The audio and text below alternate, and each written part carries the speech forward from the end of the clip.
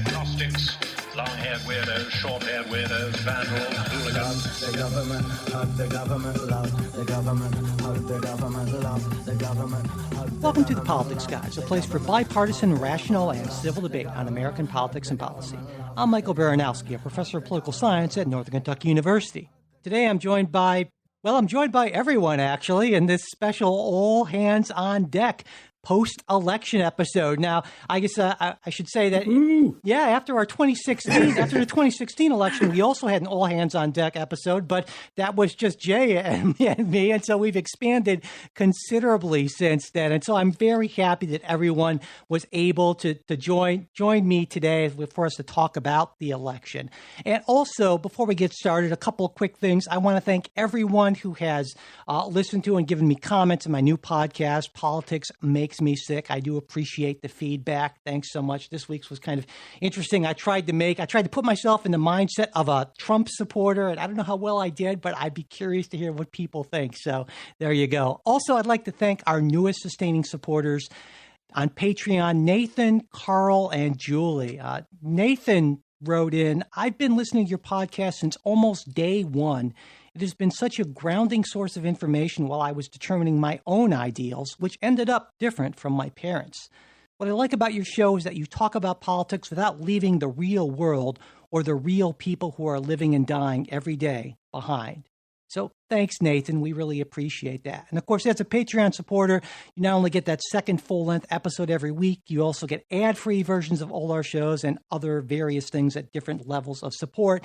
And if you're interested in that, just go to patreon.com/politicsguys. Okay, geez, that's early morning. I don't know for me. Also, you can go to politicsguys.com/support. And if you would like our bonus content, but you can't afford to financially support the show, not a problem. Just send me an email, mike@politicsguys.com, and I'll be happy to get you set up. And as always, we put all the links to all that stuff in our show notes.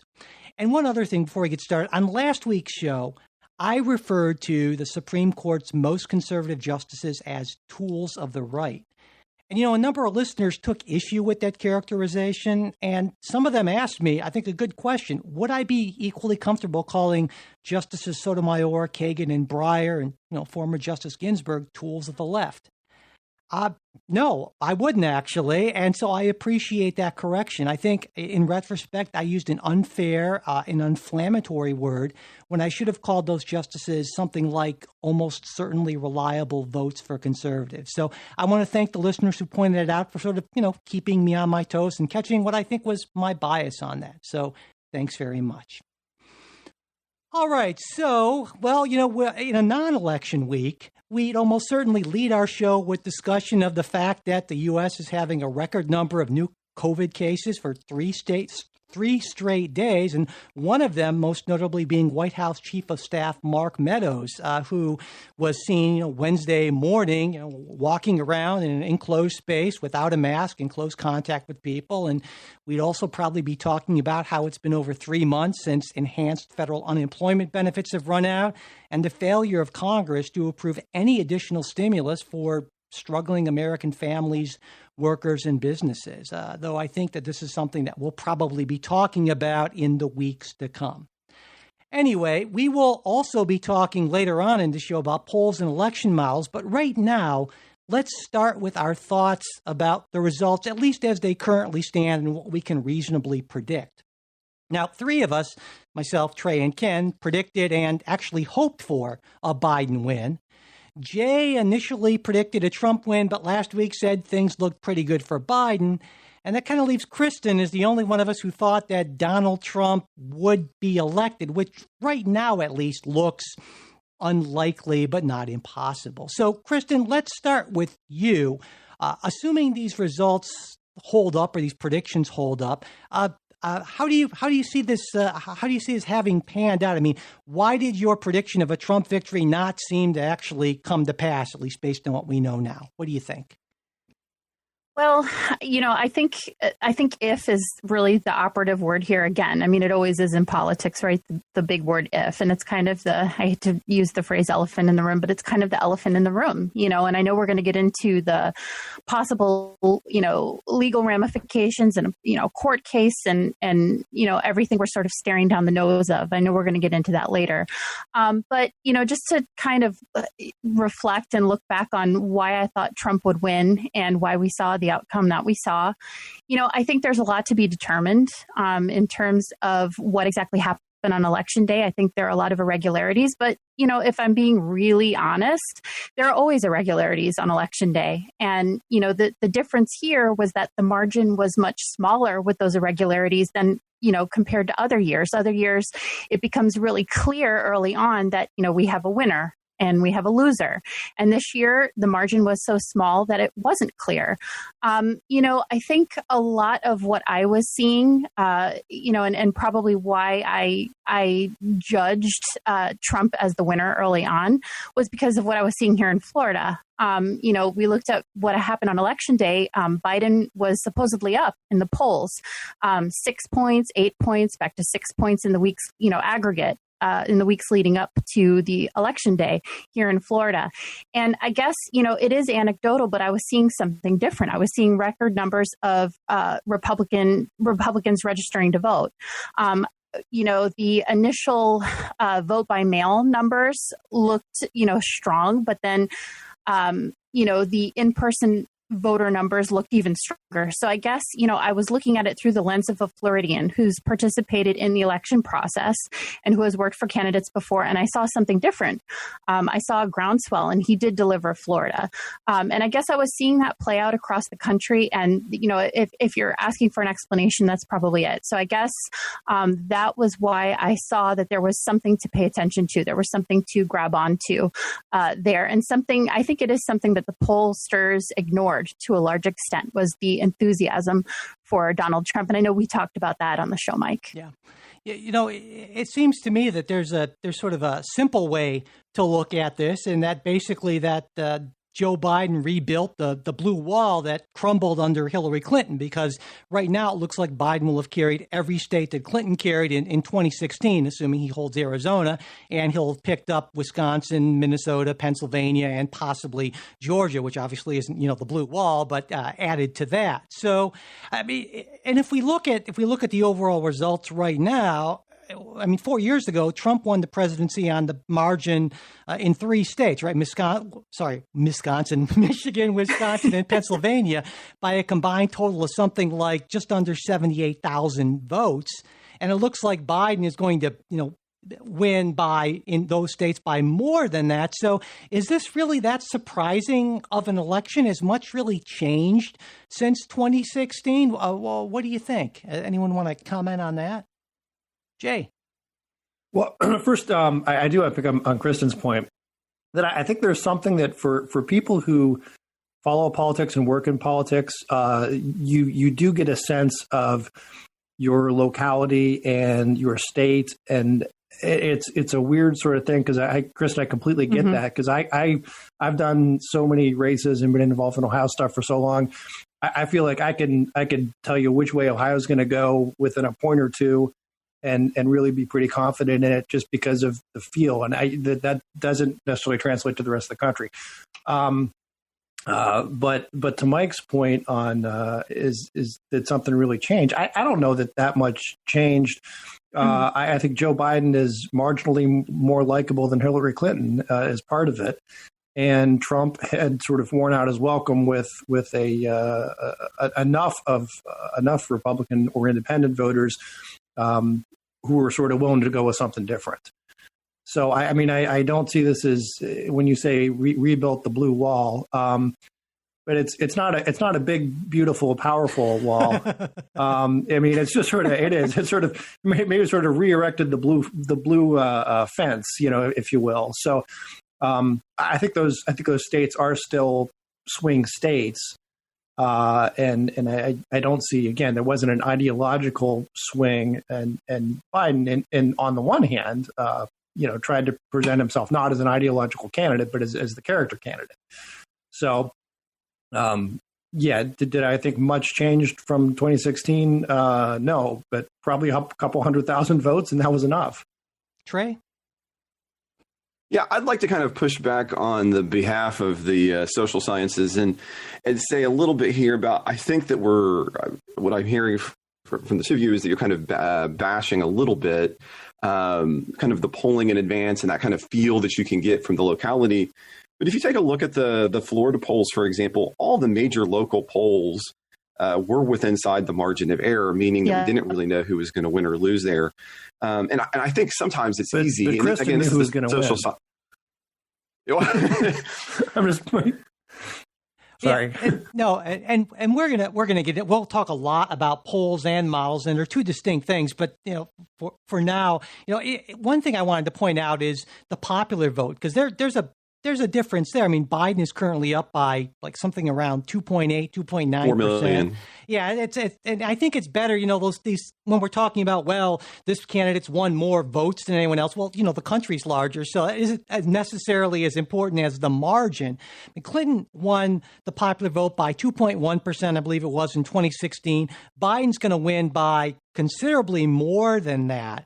And Democrats, that means that Democrats will have now won the popular vote in the last 4 presidential elections. And the last time that happened was over 70 years ago, 1932 to 1948. And I'm wondering what that tells, what you make of that. The fact that it seems like actually that the Democratic margin in terms of the number of Americans who are voting or percentage seems to be growing. What does that tell you, Jay?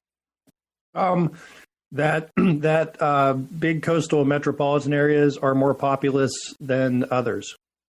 I know. I mean, I'm just looking at it. I mean, I get, the measuring the popular vote in a presidential election. Again, it's sort of like saying, well, my team had the most total yards in the game, but we, that's not how you measure who won. And those most total votes, because of the way our system works, I mean, it goes to population centers, and Democrats tend to be more powerful in those coastal populations. So, I mean, it's California, New York, East Coast. I mean, the exception is maybe Texas, but again, as big as Texas is, and as red as Texas typically is, there are still a lot of Democrats there. So when you boost all the numbers and you're talking popular votes, those numbers add up. So that was why the Electoral College came to be. I mean, just to piggyback. I mean, if we're really going back to, why the Electoral College exists, and boy, have I had to defend it, over the last decade or so. But it's why it exists. Yeah. It's it's just one of those things that.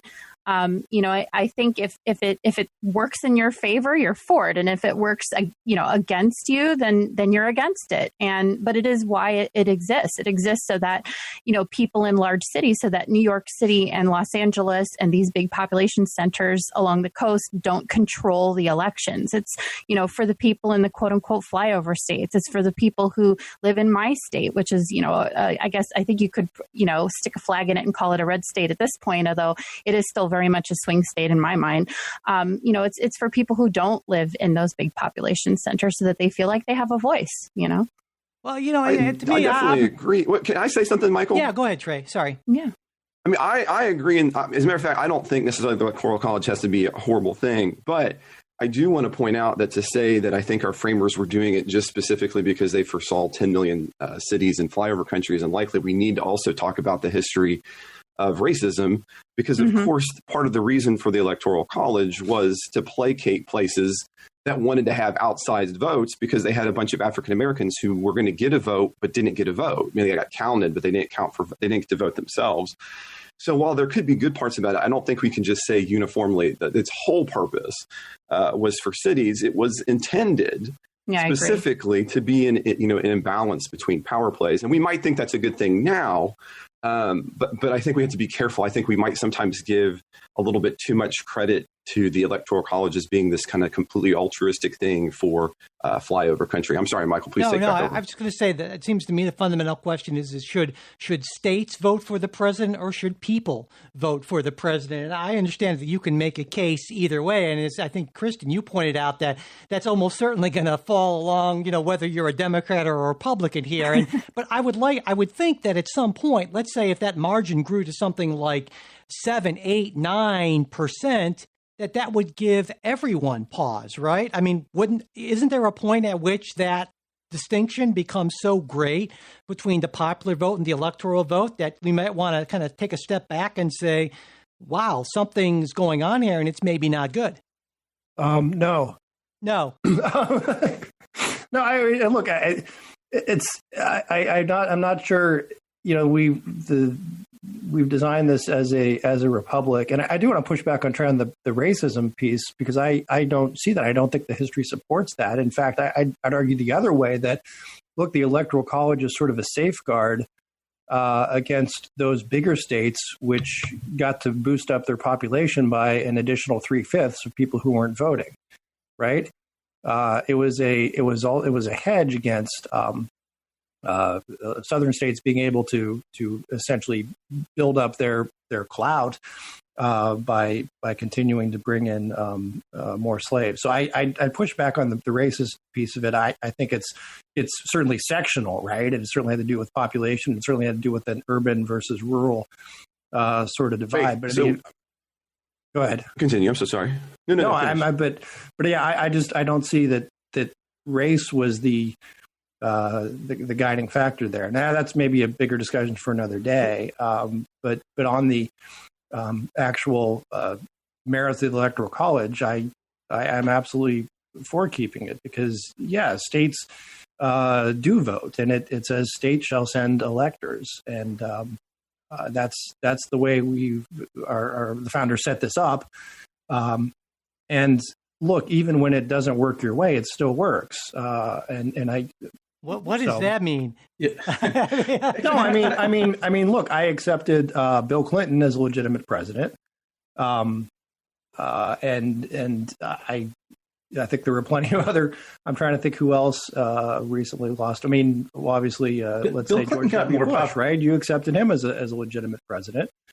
Bill Clinton got more popular votes than his opponents both times out. Yeah, but he didn't. He did not. No, I'm not sure about that, Ken. He was not a Republican. Is that what you're saying? Right, no, I'm sorry. I should say Bill Clinton though did not get a majority. He didn't get more than 50% because Ross Perot got some votes, but he definitely did get more than either opponent that he faced. He got the most votes both elections compared to the other candidates.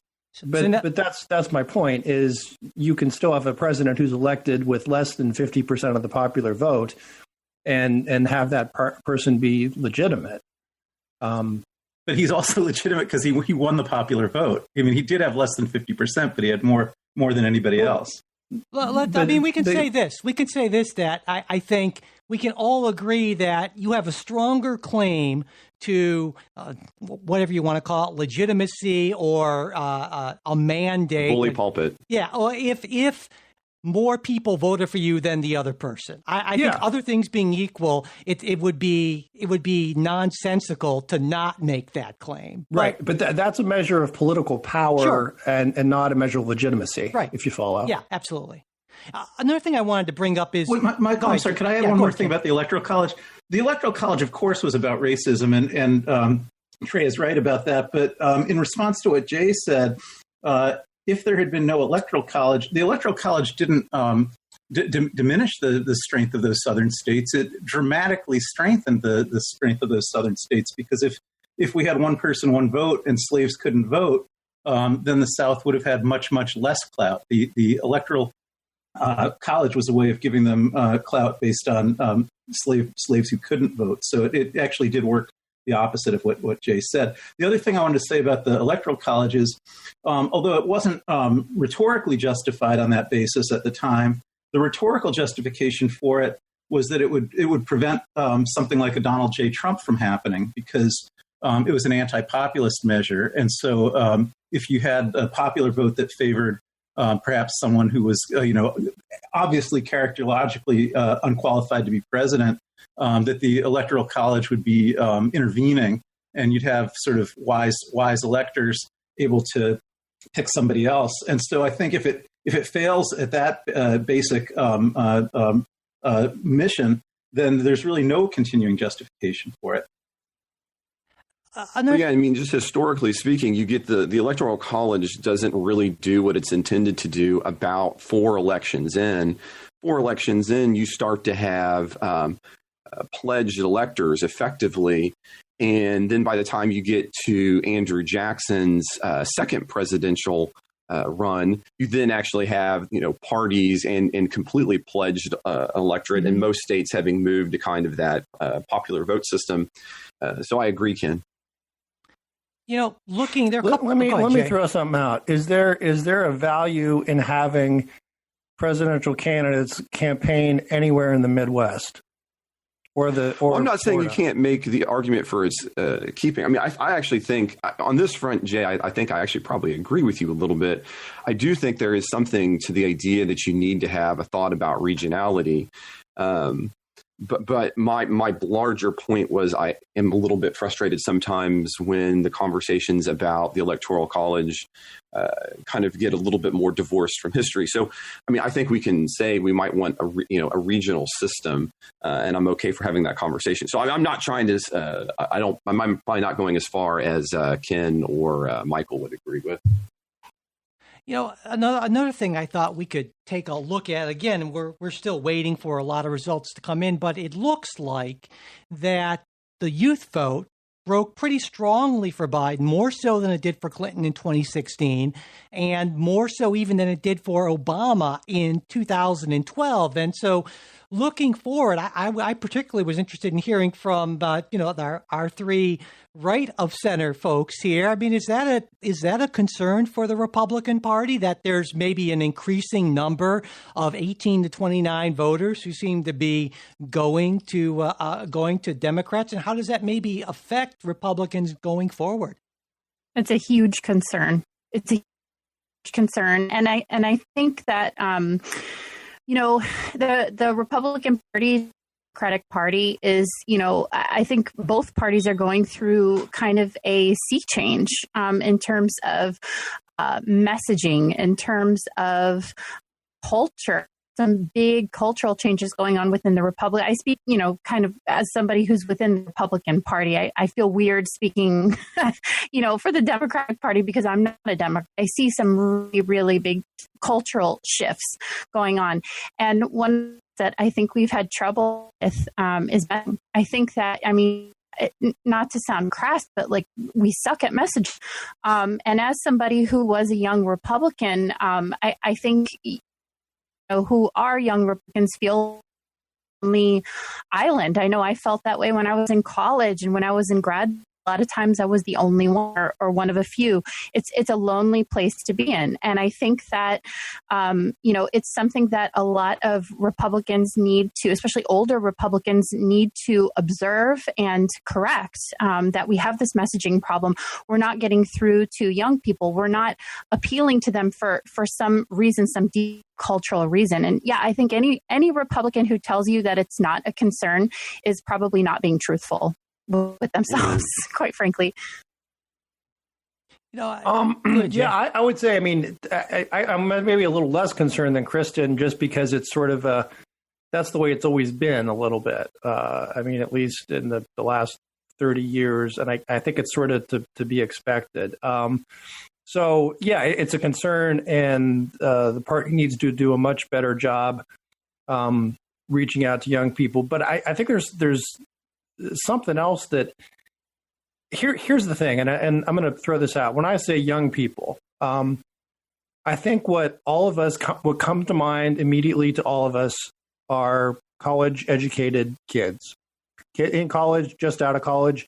But there are a tremendous number of young people who are of that same age who do not go to college, who are working in a trade, working in a business, doing something else. And I think that those numbers skew differently, whether you're college or non-college. I don't have any research to back that up this morning, But I mean, Kristen, that would be my sense is a lot of times when we say young people, we're focusing on one slice of those young people. And part of the Republican Party's issues is getting those other young people out to vote. Yeah. Go ahead. Sorry. Someone was. Oh, I'm sorry. I was just going to add my 2 cents as like maybe the token less conservative. This is a concern. I lean with you, Kristen, on this one. And I think the problem is, and this kind of ties back into the election. I had really hoped, and I know that you guys will disagree a little bit. I had really hoped that Trump would get thrashed, in part because I thought it'd be the best possible thing for my party, for the Republican Party, for the ability of us to move forward, because then we could get rid of what I saw as being the flaws of Trumpism. And I think one of the things you're talking about, messaging, I think the reason that we don't do well at messaging is that we aren't willing to put forward, I think, what are really the forward-thinking private sector options for the solutions to things like climate change. And instead, we have decided that our messaging for this is the ostrich, like it doesn't exist. And I feel that's similar to what happened kind of with COVID. That's kind of become the default response of the Republican Party is like, here's this issue that we know happens in the world. No, it doesn't. As opposed to kind of taking that conservative, I think that marriage between sometimes uneasy between classical liberals and conservatives and that positive vision for the world. And our messaging's bad because we ignore the things where we could say something positive on them. Here's how we move forward. And I worry, since Trump came so close, that we're going to end up continuing down that path because we're going to say, oh, well, we really should have won, or it was close, or whatever. And when I really would have hoped that we could have just ripped that out and kind of had a chance to rebrand, a chance to really think about those big key issues. Go ahead. I was going to say, I think maybe we could talk a little bit about what both parties at the national level, at the presidential level, might want to take away from that. And pretty clearly, Trey, you have a strong view on that. And for me, it seems like one thing as a Democrat that I feel like my party can take away from this election is that money spent on ads isn't as influential as it used to be. I think about how much money, say, Mike Bloomberg spent on ads in Florida, 100 million plus and so forth. And it seems to me that where money has really mattered, or where resources have really mattered, is in get out the vote and voter registration. I mean, I look at Georgia. Right. I think Georgia is an amazing Democratic success story because of the efforts that Stacey Abrams and others have made in terms of not running a bunch of ads that people would, essentially ignore for the most part, but actually getting voters registered. According to her, something like since 2018, something like there have been 800,000 new voters added in Georgia. And a good chunk of those actually, it seems like, have been Democratic voters. And that's one, big change. And so for me, I take going forward saying maybe a little less focus on buying ads and more focus on getting people registered and getting people out to vote. That's one thing I take away from it. Yeah, I just to sort of piggyback on that, something it popped into my head. Jay was right when he said that those of us who have been involved, with candidates in an election and, in the election process, we tend to focus local. We tend to have a state focus rather than a national focus. And so I feel like this is something that in a lot of ways has served to my detriment over the years, but it's also, been a benefit because I'm able to think locally. I'm able to see things like what's going on with ground game. And one of the things, from, I guess, on the Republican side in 2016, one of the things that really bothered me about the Trump campaign was that at least here in Florida, and I heard in other states, I know North Carolina was, a state where this came up. Texas was a state where this came up. The Trump campaign was very disorganized and there was no ground game. And I felt like this time there was a successful ground game going on in a lot of these states. And I'm thinking mainly of Florida and North Carolina. There, they were a lot more organized. They were relying on help from third party sort of ally organizations like the Walkaway team and other people like that, different PACs to help get out the vote. And this was something that I think we learned about from the Democrats in 2016 and definitely during, the 2008 and 2012 elections, because the Obama-Biden team had a very effective and powerful grassroots base. They had a very effective ground game. And I think strategically this was, a place somewhere that we learned what to do from the Democrats. And I think that there may have been, hits and misses on both sides. I think, in some states, I think the Democrats took some states for granted this time around. I think Republicans took some states for granted this time around. And so, it'll be incumbent upon all of us to kind of, start now and think about what's going to be happening for the midterm elections, think about what's going to be happening in 4 years. Where can we do better? Where can we refocus our efforts? I mean, it's just an ever, we're all constant gardeners in a way. It's like a changing process all the time. But that was one of the big takeaways, at least on the Republican side, that I noticed. I wonder, certainly messaging and getting out the vote and registration is important, but I wonder how much candidates themselves matter. One would hope that they'd matter at least a little bit, right? Certainly Joe Biden is, I think, sort of a central casting type, old-timey Democratic Paul sort of guy. And, a lot of people on the further left parts of my party wanted someone very different from that. And Biden wasn't my first choice, Bible bizarre people, Hickenlooper was my first choice, but oh well. But especially on the Republican side, I'm wondering, hey, does Don Jr. run in 2024? Trump could run in 2024, assuming he doesn't win this time out. And so, do you think candidates matter less than ever? Essentially with how hardened partisan loyalties seem to be, can either party basically run whoever the hell ends up winning the nomination and be pretty much guaranteed 47% of the vote? Is that where we're at? Michael, as well as I do, political science, that the person we don't forward vote, we retrospectively vote even if we're trying to be as rational as we want to be. And so individual candidates don't account for a ton of the decision share. And, of course, while it can have effects in marginal ways, the maturations of campaigns only have kind of a plurality of determining that outcome as well. So, I think part of it's that, and you don't have to look any further than, and this is where I think Democrats are going to have to maybe do a little soul searching on this one.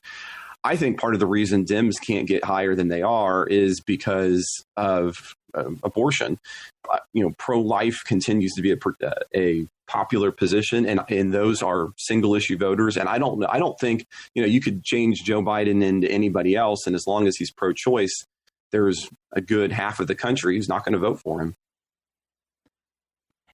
Let's turn to the congressional results now, at least, what we know of them at this point. Right now, the Senate stands at 48-48 with there are two uncalled elections, both in Alaska and North Carolina. They're almost certain to go to the Republican candidates. And that means that Democrats will gain at least one seat. Now, it's possible that final balance could end up being 50-50 at best for Democrats, or worse for Republicans, if Democrats can win both of the Senate runoff elections for Georgia seats, which will be held in January. And that's, of course, because if Senate votes are tied, the vice president can vote. So if Biden doesn't end up in the White House, that gives Democrats at least some measure of control. But that's, I think, unlikely is my sense of things. And so if Republicans hang on to their majority, which I think will happen, the Biden administration is going to have to make a number of concessions on executive branch and especially judicial nominations in order to get Senate approval. And in the House, Democrats will lose ground, but they'll still maintain control. They picked up 41 seats in 2018, which was pretty great pickup for the Democrats, and that gave them enough of a cushion to survive this time. Now, so far, they've lost 7 seats that we know of, and all of those, I just checked, are freshman Democrats elected from what were Republican-held districts before 2018. Democrats could end up losing as many as a dozen seats, which would give them just a 3-vote majority in the House, if my last minute kind of counting on my fingers sort of math is correct there. So, again, putting the polls aside from now, which we'll get to, what are your thoughts on how things have turned out in Congress, starting with the Senate? Who wants to jump in first here? I guess I'll jump in. So, I think 3 weeks ago was our last show, Mike, and we were talking about, our predictions. That was where we ended. And, you gave your predictions, I gave mine, but my kind of, I guess, final thought was that I didn't think that the Senate, there would be this great change in the Senate or this great shift in the House. I kind of thought things would mirror the way things seem to be going in the presidential election, which is that things would be awful tight, and I think anybody who has been paying close attention to what's been going on over the last couple of days would agree that things are just very, very tight. We're essentially gridlocked in a lot of ways. And I hate to sound cliche, but this is just more of the same. And it shows you just how close things are and how contentious things are. The fact that, some of these seats shifted back there, and again, I'm sure we'll get to this. I was really struck by how wrong some of the pollsters were about some of these races, some of these House races and Senate races too. But ultimately, I think that, that prediction held. I don't think things changed that much. Again, there are still some races that are outstanding. We're still counting votes in some areas, which is crazy. But I just don't think we saw a lot of change. And I think that speaks to a trend that's going on throughout the country. I mean, look at the presidential race. It's so contested because it is so close. And I think that holds with these other races. Yeah. There's a boring point that I want to make, and Trey, I'm sure you make this point in your classes all the time, is that incumbents almost always win. And that's what we've seen in this election. In almost all the incumbents won. There's a laughably short list on Politico of right now of all the House and Senate incumbents who have lost their reelection bids, and it's like a dozen or so people out of 400 and with Senate like 80 something. God, I'm doing math in my head. This is a disaster. But the point being, it's a very small number. Incumbents almost always win, and that hasn't changed really at all. And again, I talked about that money point. I especially think about the Harrison Graham race, right? Jamie Harrison just destroyed Lindsey Graham when it came to raising money. And even Lindsey Graham, but when he went on Fox News saying, oh my God, everyone hates me, please give me money, it turned out that didn't matter. Lindsey Graham won this election just as easily as he's won all of his Senate elections. And so again, that money, I think, especially outside money, we really need to discount the importance of that because of, Kristen, kind of as you said, how divided and how deep those divisions seem to be going. At least that's kind of my takeaway for these elections. But also on the Democratic side, there's been already there was this conference call earlier this week or a few days after the election where a lot of those moderates from that class of 2018 were saying to Speaker Pelosi, hey, we need to shut up about this defunding police and all this kind of stuff because this is really hurting us. And then you had, the squad type folks saying, hey, we're just standing up for our districts and what those folks want. But I tend to temperamentally in other ways agree with those moderates saying that the only reason why the Democrats have a slim majority and the only way they can keep that majority is if they focus on those moderate voices and to the extent that they possibly can to distance themselves and disown voices from the far progressive left who may be very popular in those districts, but who clearly, I think, are costing Democrats nationally. Yeah, Doug Jones is a perfect example of that. He was the first person who popped into my mind when you said that. Yeah, well, and of course, part of this, right, is the fact that you're not just voting for a member who you may, or potential member who you may like or dislike. You're voting for control of the chamber, and that changes, when that changes everything, really, I think. So I think, though, isn't it sort of good news that if you look and say, well, all this money was pumped into all these races, but it probably money didn't change the outcome. I mean, if the concern is always that money can buy elections, this would seem to show that that's not always true. I mean, money may be necessary and it's certainly helpful. But you can't just spend your way into a victory. Yeah, well, I wonder about that because another argument, and this is not the argument that I particularly find comforting, is that it was all that spending that kept the Democrats from losing everything, entirely.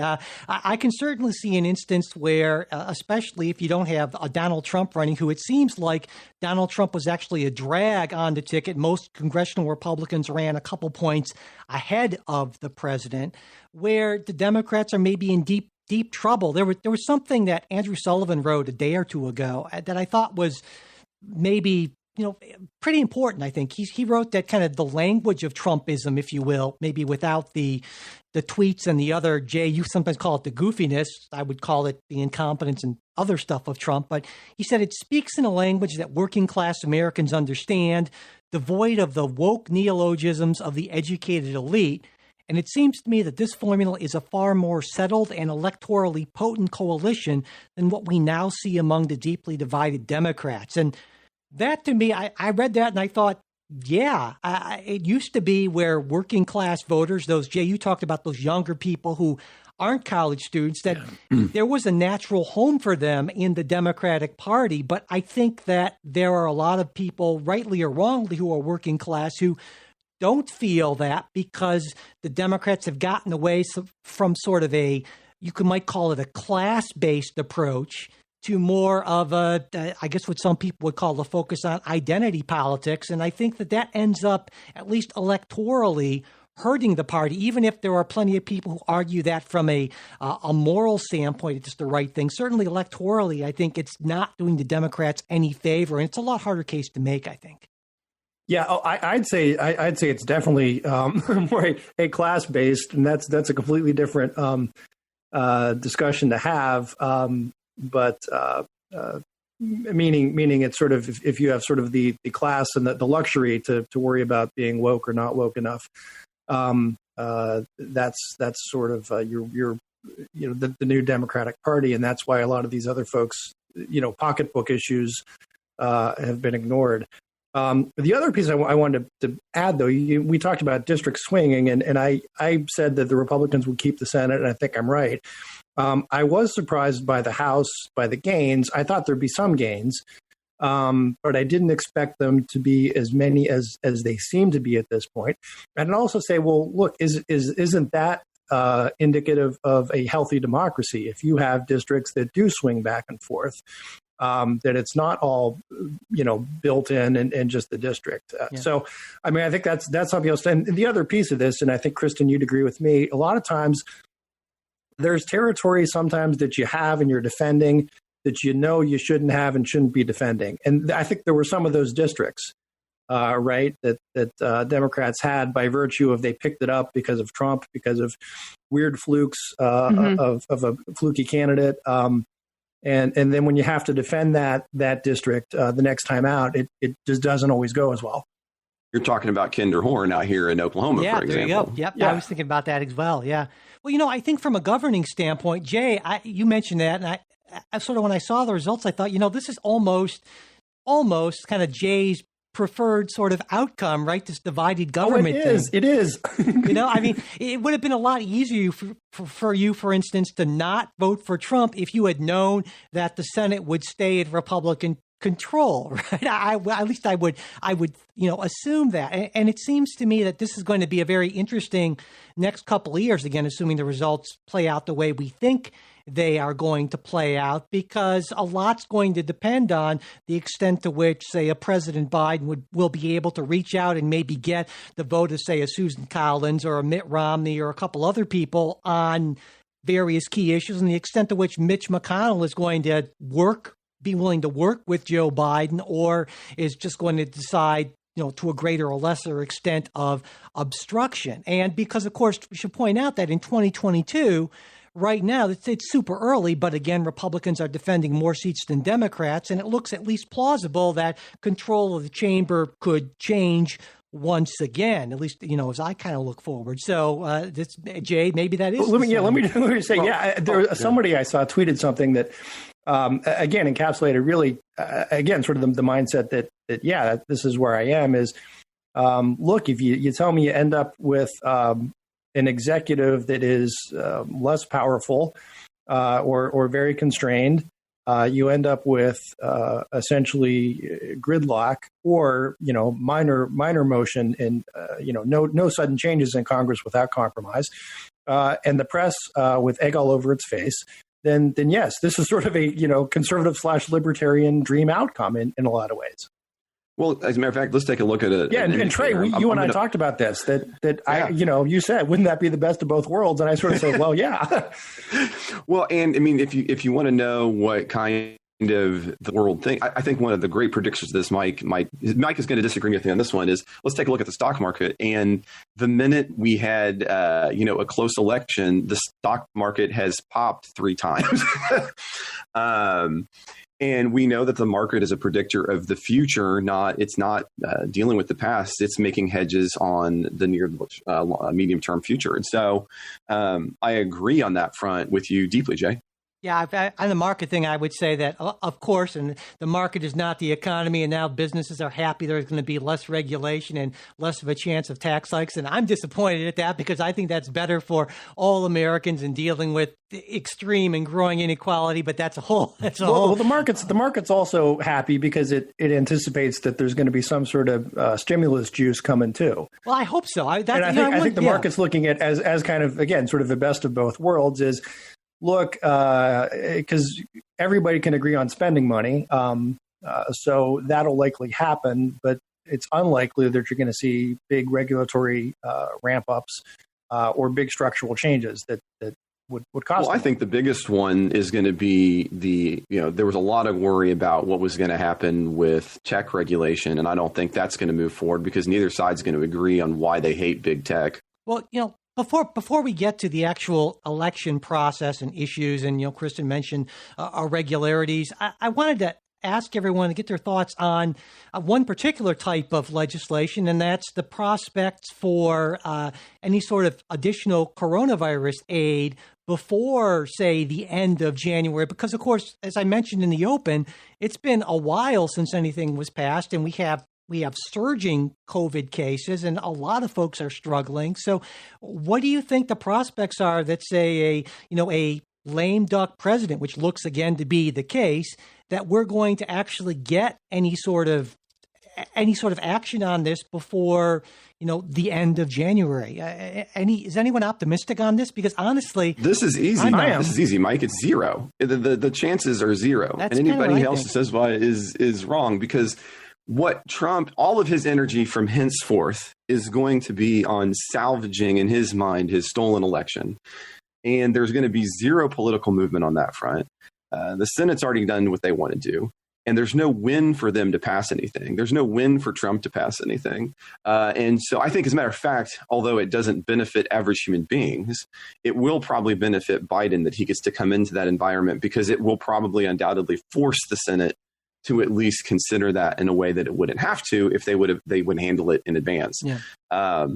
So they're 0. I will put it at 0. That's I may be slightly more optimistic, but I'm going to say 10%. Jay, you're more optimistic. I'm more optimistic because look, senators don't have to worry.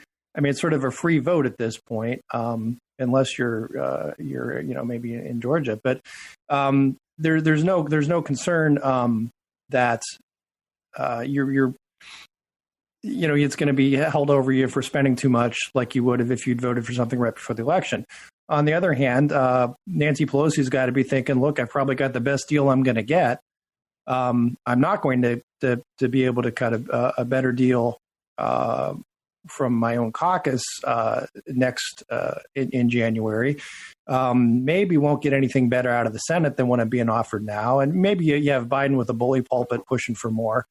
But my sense is, that it's easier for it to happen. Now, there may not be a push to make it happen, right? But yeah. Well, I hope you're right, Jay. But I don't think the barrier in the Senate's there that it used to be.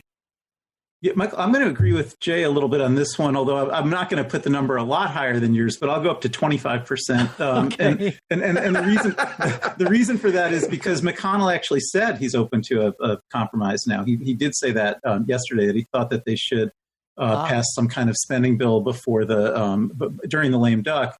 And he even said that he would be willing to put in some money for state and local governments, although not at the level that the House had put in. But I think that there's, if the Senate and the House actually reach an agreement, and, the Senate hasn't been involved in this at all so far. It's only been the House negotiating with the White House. But if McConnell and Schumer can reach some kind of agreement, and then the Senate and the House pass a bill, I don't see any reason Trump wouldn't sign it, even if he's otherwise preoccupied with a lot of other things. Yeah, it might happen without Trump even knowing about it. Yeah. Well, I mean, and this is going to sound, maybe it won't sound weird, but I don't want to assume anything with President Trump, and I could just see him sign. I wouldn't surprise me, put it this way, it wouldn't stun me if just out of, I don't know what, rage, petulance, whatever, he just decides he's not going to sign anything. And that seems weird, maybe. But I feel like one thing I've learned about Donald Trump is I should never predict anything about what Donald Trump is going to do. So I'm encouraged by what Mitch McConnell said. I hadn't seen that report, Ken. So maybe it is likely, but there's always that Trump factor, and we never really know, I think. So I think we have time to talk about one more thing before we go into our bonus show things for supporters. And that's the election process. Prior to the election, there were a lot of stories about potential disasters with the system, right?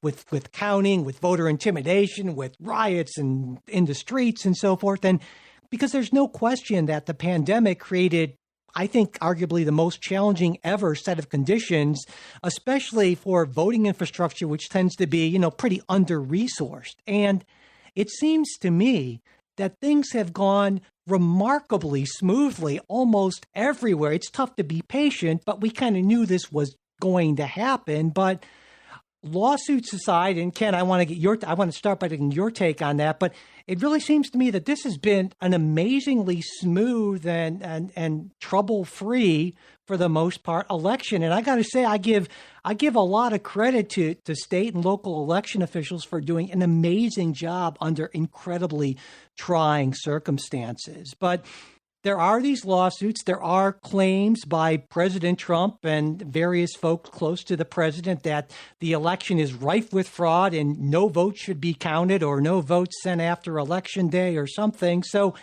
And there are lawsuits. Ken, I know you've been spending a lot of time focusing on this. So can you kind of give us a sense of what's going on here and the potential merits of these suits and effects that they might have in your view? Sure. So there's I think this is more of a political strategy than a legal strategy first. That, President Trump has been saying really for 4 years, even going back to the 2016 campaign, that any election that he doesn't win is necessarily fraudulent and illegitimate. And so he's sort of, without having any basis for knowing why a particular election would be fraudulent or illegitimate, other than the fact that he didn't win it, he's kind of, committed himself to a strategy of raising these kinds of claims. In the present election, there's many types of lawsuits that have been filed, but they kind of come into three categories. Some of them are about process for counting votes. So they could be things like whether observers are allowed to get close enough that they can watch the vote count and things like that. A few of those suits, may have some merit. I think he won one of them already in Pennsylvania and won the right to have the general public not be kept 10 feet away, but be allowed to be only 6 feet away. So some suits like that may have some merit, but they're not going to affect the counts at all. Some suits have to do with the rules for counting. And probably the most significant one of those is also in Pennsylvania. It's about whether mail-in ballots that are postmarked by Election Day but not received until a few days after Election Day can be counted. So one of these suits is about clarifying that rule. And the Pennsylvania Supreme Court had already ruled that those votes can be counted under Pennsylvania law.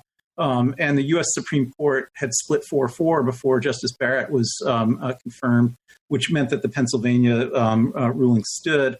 And those votes, they're still being segregated. In fact, Justice Alito gave an order yesterday reiterating that they need to be segregated so that the court could potentially rule later. I think on claims like that, where the question is about what the rule is, you can pretty much bet that the U.S. Supreme Court will intervene in all such cases to give whatever rule is needed to make Trump win. If counting the votes would help Trump, they'll say count the votes. If not counting the votes would help, they'll say don't count the votes. That would be essentially the only criterion that would guide their decision. But I think none of those cases have enough votes at issue to affect the outcome. And then the third kind of claim, which are the ones that actually would have enough votes at issue to affect the outcome, are these claims about fraud and irregularity. And these are so frivolous and so meritless and so completely bereft of any evidence whatsoever that nothing is going to happen on these claims. And the Supreme Court will not intervene on those kind of claims because it's not the type of thing the Supreme Court does. They'll intervene if there's a question about clarification of a rule, but they're not going to intervene about whether a claim for which there is no evidence can really move forward. So I think there's I push really back just a teeny bit, Ken. I mean, I think you're overstating the conservative justice's position there. In the sense of, so for example, the Chief Justice has not always ruled with conservatives, for example. He has been a swing vote. And the reason I push back in part is I say that I'm afraid that when you use that kind of language, that makes it basically sound like the Supreme Court's just a puppet, that it takes it away a little bit when we actually see some illegitimate things happening like we do with Trump. So where I think what we really have in the Supreme Court might be a different disagreement over ideological, constitutional and legal interpretations. And when you say it that way, though, then I think it downgrades what we end up saying about what I think truly is more nefarious things coming out of Team Trump. Well, Trey, can I respond to that? Yeah, I actually agree with you about Chief Justice Roberts. I'm not lumping him in with that group that would decide on 100% partisan lines, but I am lumping in Justice Barrett with that group already. So I think there's a 5-judge majority there. But Roberts might well cross the line on some of these cases, but I don't think that it would matter if he did. There's still going to be a 5-4 majority. But why assume what Barrett's going to do already? Well, I'm going to disagree just a little bit, Ken. I'm going to make a distinction, I think there's an important distinction that the court will likely make between votes that are postmarked by Election Day and votes that don't have a postmark and may have been actually cast after Election Day. Now, if I understand the Pennsylvania Supreme Court's ruling correctly, that even votes received after up to 3 days after Election Day, even if there's no clear postmark or indication that they were cast by Election Day, they should be counted. And so it seems to me that if the court rules that votes that were received by Election Day with a clear postmark, that any of those don't count, that maybe you're right. If there are 5 or 6 justices who say that voters who cast their votes by Election Day, those votes don't count, that you can maybe make an argument that, yeah, that seems to be pretty partisan. But I think there's a legitimate argument to be made for not counting votes that it's not clear that they were, in fact, sent out by Election Day. And to me, at least, that's an important distinction.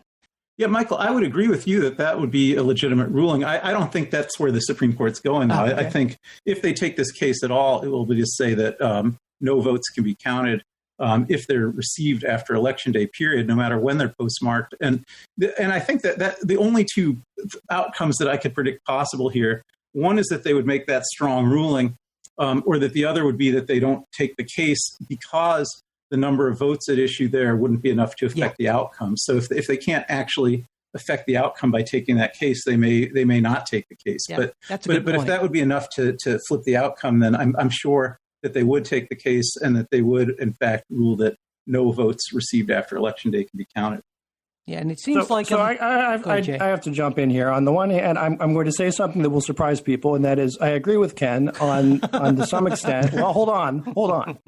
I agree with Ken on sort of the first premise, right? That there are some of these cases, some of them may have merit relating to observers, relating to some of these small type things. I don't think any of these are big cases that would swing the election one way or the other. I do have to take issue on the idea that judges, Supreme Court justices, are rubber stamps for any political party. And I'm going to make a statement here that there are state judges, there are federal judges, there are state Supreme Court justices that listen to this show. And I would never say to any of them that I believed someone in the judiciary would make a ruling solely on politics, because I think that's inappropriate. I mean, absent extremely strong evidence to the contrary. I think that's just an inappropriate presumption to make of a judiciary. Now, you can say, listen, based on their ideology, based on how they've ruled before, based on where they're likely to go, this is what we're going to do. But I'm not comfortable making those kind of statements that judges of either side are just sort of political puppets, and so. Well, I agree. I will literally fight you on the Electoral College. But okay. So can I push back? So I pushed back on Ken, and now I would like to move my role as conservative libertarian, push back slightly on Jay, if that's okay. You're just pushing back in all directions here. Bring it. Where are you at, man? You're all over the map. I'm all over that. Well, so here, on the I hear what you're saying, Jay, and as you heard me, I was defending against, I think, kind of that Ken position of the Supreme Court. And you were right. At the same time, I want to be careful though, because the statement you're making that they just don't, I don't think is empirically accurate either, in that, there is a lot of political science research that shows that one of the major predictors, at least at higher court levels, so you're talking about like state Supreme Court and up, the ideology is an influence. And so I think we need to be careful to say that it's not, given that there is a preponderance of evidence there. But at the same time, I don't think that Ken is taking that empirical truth too far and painting it as just being, as you put it, a rubber stamp ploy for whatever president has put them in. Because again, history shows us that is not a perfect predictor. Look at Reagan's picks, for example. Yeah. Mm-hmm. Yeah, well, if I could just respond, I agree with one thing Jay said and one thing Trey said. I think Jay is right that the claim that I'm making is very strong and that it shouldn't be made without evidence. But I think that as Trey said, there actually is a substantial amount of evidence here. I mean, if you look at every single ruling that this United States Supreme Court has made since Bush versus Gore, in cases that involve outcomes of elections, in cases that involve voting restrictions, in cases that involve districting, in cases that involve campaign finance. There's been a straight partisan split in all those cases where the Republican justices have voted in favor of the outcome that favors the Republican Party, and the Democratic justices have voted in favor of the outcome that favors the Democratic Party. And I think in this particular area of law, and I would not extend it to all areas of law, but I think in this particular area of law, there's just a really very strong evidence that the justices are in fact voting straight partisanship. So I feel like I agree it's a claim that's very strong and it shouldn't be made without substantial evidence. I do believe we have the substantial evidence. And also on this idea of ideology, I certainly think in many areas of law, it's true that conservative ideology is just different than liberal ideology. And so justices aren't not necessarily being partisan in the Democratic and Republican sense when they vote their own ideology. But I think you don't actually see that in these election cases. If you look at a case like Bush versus Gore, where the Supreme Court handed the victory to George Bush, I would say all 9 justices departed from what would be seen as their own traditional ideologies, and that traditionally it's been conservative philosophy that's favored federalism, that's favored states' rights and states' autonomy, that's been against kind of overreaching by federal judges into state law issues. And in Bush versus Gore, you had state court proceeding under state law to interpret and apply state law about that recount. And you had 5 conservative justices departing from their usual deference to states to hand that election to George W. Bush. And you also had 4 liberal justices departing from their usual inclination to see federal courts protect voting rights and not wanting the federal court to intervene. So I don't think they're following ideology in these election cases. I think they're following straight partisanship. Well, we are running a little bit long. We're going to leave it at that point. But what we're going to do is we do have a bonus show to do. And what we'll do this week, because it's going to be all election related stuff, we're going to make that available right away. So essentially go on Patreon supporters can get that right away. We're going to talk about the legitimacy of a Biden presidency, given all this. We're going to talk about the election models and the polls and what happened there and some important ballot measures, maybe even get into some listener questions that we've gotten. And again, that's going to be available right away for all Patreon supporters. And if you aren't a Patreon supporter, you can become one. It's really simple. Just go to patreon.com/politicsguys. And if you can't afford to become a supporter, just send me an email, mike@politicsguys.com, and I will get you set up with full access to that bonus episode that we put out every week. And again, we'd appreciate it if you could subscribe to the show, leave ratings and reviews, and especially if you'd share episodes on social media. And if you want to reach us for any reason, mail@politicsguys.com. And that's about it, except for a special thanks to our executive producers, Bruce Johnson, Wilma Moreno, Andra Masker, Daniel Toe, Chris Wilkerson, and Nathan Sosnowski. We'll be back with, I'm sure, more on this election and other topics next week. We hope you'll join us.